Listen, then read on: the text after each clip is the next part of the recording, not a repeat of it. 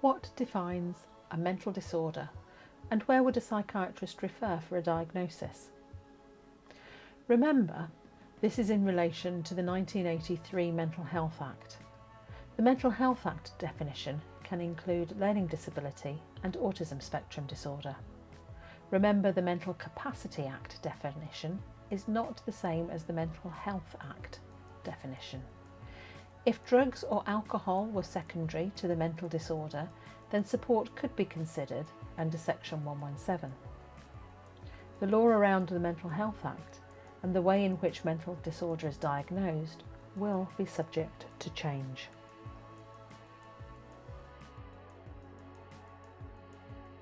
Mental Health Act principles.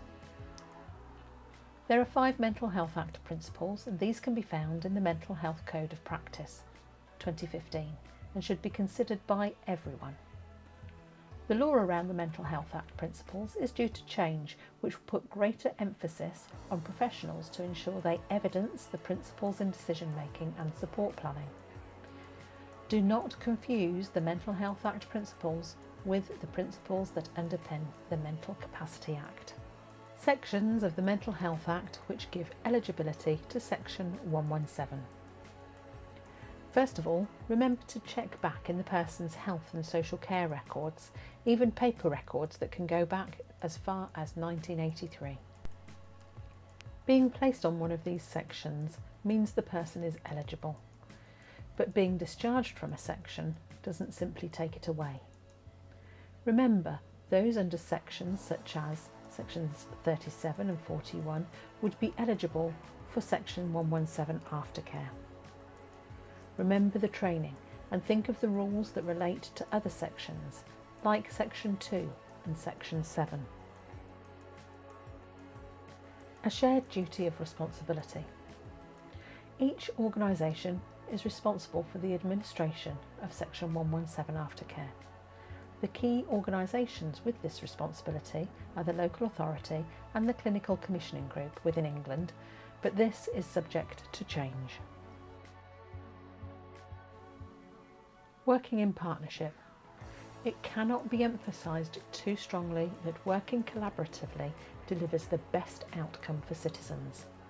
Always seek to engage citizens, carers, health partners, third sector agencies and any other service that can offer a route to recovery. And remember, Section 117 planning is there to prevent or reduce the likelihood of the person coming back into hospital. Remember, there are 6 subsections to Section 117. Subsection 1 concerns eligibility and links to the sections of Mental Health Act that are applicable. Subsection 2 is the duty of the CCG and local authority to work together collaboratively. Subsection 3 relates to direct payments which can be offered. Subsection 4 relates to those ordinarily resident, so where the person lives and who pays. Subsection 5 relates to disputes and the use of the Care Act 2014 and Section 40 of that legislation. And this is Section 117, subsection 6, relating to needs and aftercare services. What might Section 117 aftercare look like? Remember, aftercare is there to prevent or reduce the likelihood of admission to hospital.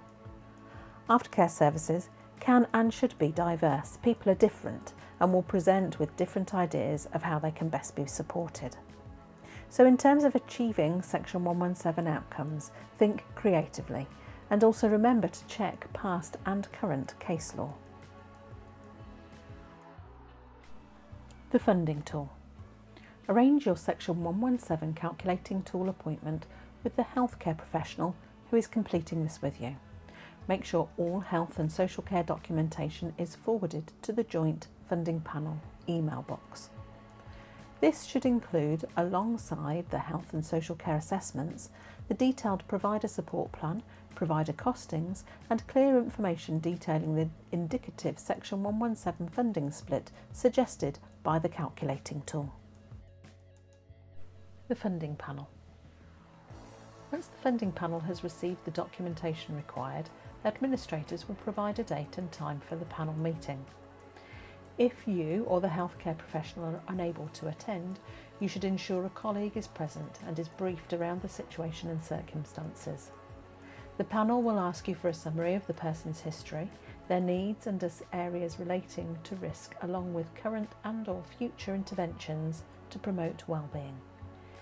If the panel are not satisfied with the information presented, the decision regarding funding may be delayed, with actions to be followed up and a later panel date agreed.